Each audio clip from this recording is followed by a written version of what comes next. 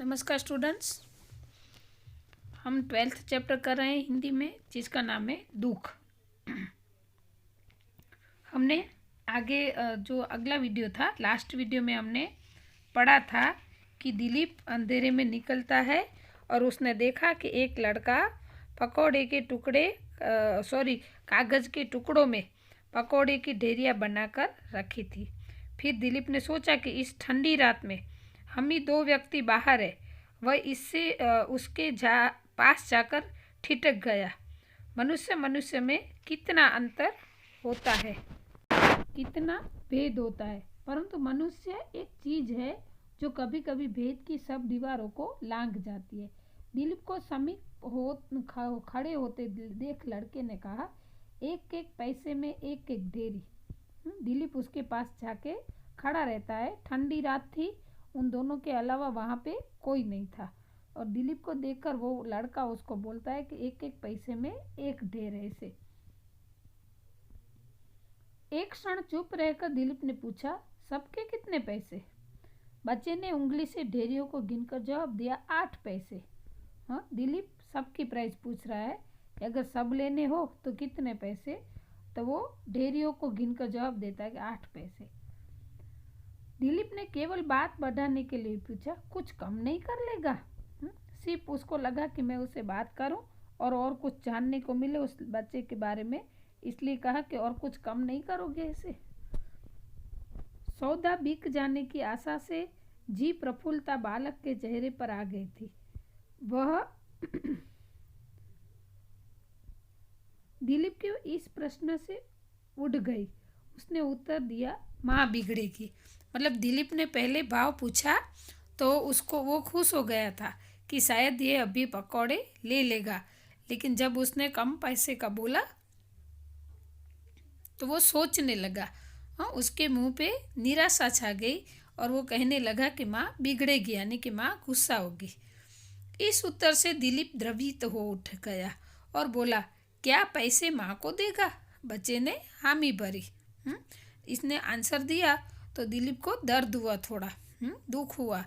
तो फिर उसने को कहा कि तुम ये पैसे माँ को देगा? तो बच्चे ने हाँ बोला। दिलीप ने कहा, अच्छा सब दे दो। दिलीप उससे कहता है कि ठीक है चलो सब दे दो। लड़के की व्यस्तता देख दिलीप ने अपना रुमाल निकाल कर दे दिया और पकोड़े उसमें बंधवा दिए। मतलब सब पकोड़े दे दो और रुमाल में उसने पकोड़े बंधवा लिए। 8 पैसे का खोमचा बेचने जो इस सर्दी में निकला है, उसके घर की, यहाँ पर लिखा है लेकिन घर आएगा, घर की क्या अवस्था होगी, यह सोचकर दिलीप सिहर उठा। उसने जेब से 1 रुपया निकाल लड़के की थाली में डाल दिया। रुपए की खनखनाहट से वह सुनसान रात गूंज उठी। रुपए को देख लड़के, मेरे पास तो पैसे नहीं है। क्या हुआ कि ये इस खोमचे वाले को ऐसी ठंडी रात में ऐसे पकोड़े बेचकर देखते हुए दिलीप सिहर उठा। मतलब वो एकदम अचंभे में पड़ गया। दर्द भरी आह उससे कि इस लड़के की घर की हालत क्या होगी। हाँ, कि इतनी ठंडी में इतना छोटा लड़का इतनी सर्दी में ये पकोड़े बेचने के लिए बैठा है, तो उस हिसाब से इसके घर की परिस्थिति क्या होगी। फिर उसने जेब से 1 रुपया निकाला और लड़के की थाली में डाल दिया। एकदम सुनसान रात थी और वो जो थाली में उसने सिक्का डाला तो उसकी आवाज़ से रात गूंज उठी। रुपए को देखकर लड़का कहता है कि मेरे पास पैसे नहीं है, क्योंकि 8 पैसे होते थे तो उसके पास चेंज नहीं था। ऐसे दिलीप ने पूछा, तेरा घर कहाँ है? पास ही गली में है, लड़के ने जवाब दिया। हाँ, फिर उसके पास चेंज नहीं थे तो उसने कहा कि मेरे पास पैसे नहीं है। तो दिलीप उससे पूछता है कि तेरा घर कहाँ है? तो वो लड़का कहता है कि यहीं पे पास ही है, गली में ही है। ऐसा लड़के ने दिलीप को जवाब दिया। बच्चे ने घबरा कर दिलीप मन में उसका घर देखने की कुतूहल जाग उठा। दिलीप के मन में जाग उठे। ऐसे बोला, चलो मुझे भी इधर ही जाना है। रास्ते में तुम्हारे घर से पैसे ले लूँगा। क्या हुआ? दिलीप मन में उसका घर देखने की कुतूहल दिलीप के मन में जाग उठती है और वो बोलने लगा कि चलो मुझे भी उधर ही जाना है और रास्ते में तुम्हारे घर से हम पैसे मैं ले लूँगा। बच्चे ने घबरा कर कहा, पैसे तो घर पर भी नहीं होंगे। बच्चा घबरा गया कि अरे बाप रे, ये तो घर पे चल रहा है और घर पे भी पैसे नहीं है। दिलीप सुनकर सिहर उठा, परंतु उत्तर दिया, होंगे तुम चलो। कि वो उसको अचंभे में पड़ गया, मतलब दर्द भरे अचंभे में पड़ गया और कहा कि नहीं नहीं, होंगे तुम चलो। लड़का खाली थाली को छाती से चिपटा आगे आगे चला और उसके पीछे बाइसिकल को थामे दिलीप। आगे आगे खाली थाली लेकर लड़का चल रहा था और पीछे दिलीप। दिलीप ने पूछा, तेरा बाप क्या करता है? लड़के ने उत्तर दिया, बाप मर गया है। अभी दिलीप उसकी पहचान कराता है कि तेरा बाप क्या करता है, तो वो कहता है कि मेरा बाप मर गया है। दिलीप चुप हो गया। कुछ और दूर सा उसने पूछा, तुम्हारी माँ क्या करती है?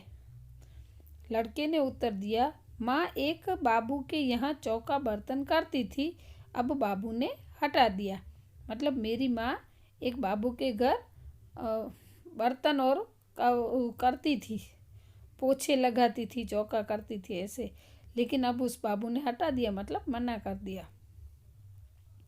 दिलीप ने पूछा, क्यों हटा दिया बाबू ने? लड़के ने जवाब दिया, माँ 250 रुपया महीना लेती थी।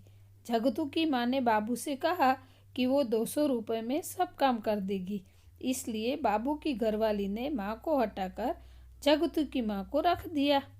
क्या हुआ कि जिस बाबू के घर वो काम करती थी, वो वहाँ से 250 रुपये लेती थी, लेकिन उसकी जो पड़ोसन थी जगतू की माँ, वो उसके घर जाके बोलती है कि मैं 200 रुपये में सब काम कर दूंगी।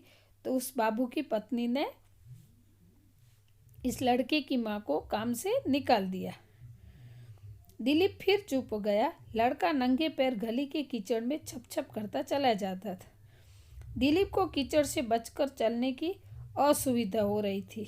लड़के की चाल की गति को कम करने के लिए दिलीप ने फिर प्रश्न किया, तुम्हें झाड़ा नहीं मालूम होता है? लड़के ने शरीर की गर्म करने के लिए चाल को और तेज करते हुए उत्तर दिया, नहीं। क्या हुआ? दिलीप फिर चुप हो गया। लड़का फिर नंगे पैर गली के कीचड़ में छप छप करता जा रहा था। दिलीप को कीचड़ से बचकर चलने की असुविधा हो रही थी, क्योंकि वहाँ पे पूरा कीचड़ था, तो उसको प्रॉब्लम हो रहा था। फिर लड़के की चाल की गति को कम करने के लिए दिलीप ने उस लड़के से प्रश्न किया कि तुझे झाड़ा नहीं मालूम होता है? मतलब तुझे ठंड नहीं लग रही है ऐसे? लड़के ने शरीर की गर्मी करने के लिए चाल को और तेज करते हुए उत्तर दिया कि नहीं। फिर उसको लगा कि अभी मुझे ठंड लगेगी तो प्रॉब्लम होगा, इसलिए उसने क्या किया, अपनी शरीर की गर्मी को बढ़ाने के लिए उसने चाल तेज कर दी और उसको उत्तर दिया कि नहीं, मतलब उसको झाड़ा नहीं लग रहा है। तो स्टूडेंट्स, इस चैप्टर का वीडियो का ये पार्ट भी यहाँ पे पूरा होता है। यहाँ पे गरीबी में जी रहे एक लड़के की कहानी सुनाई दी है, हमें बताई दी जाती है।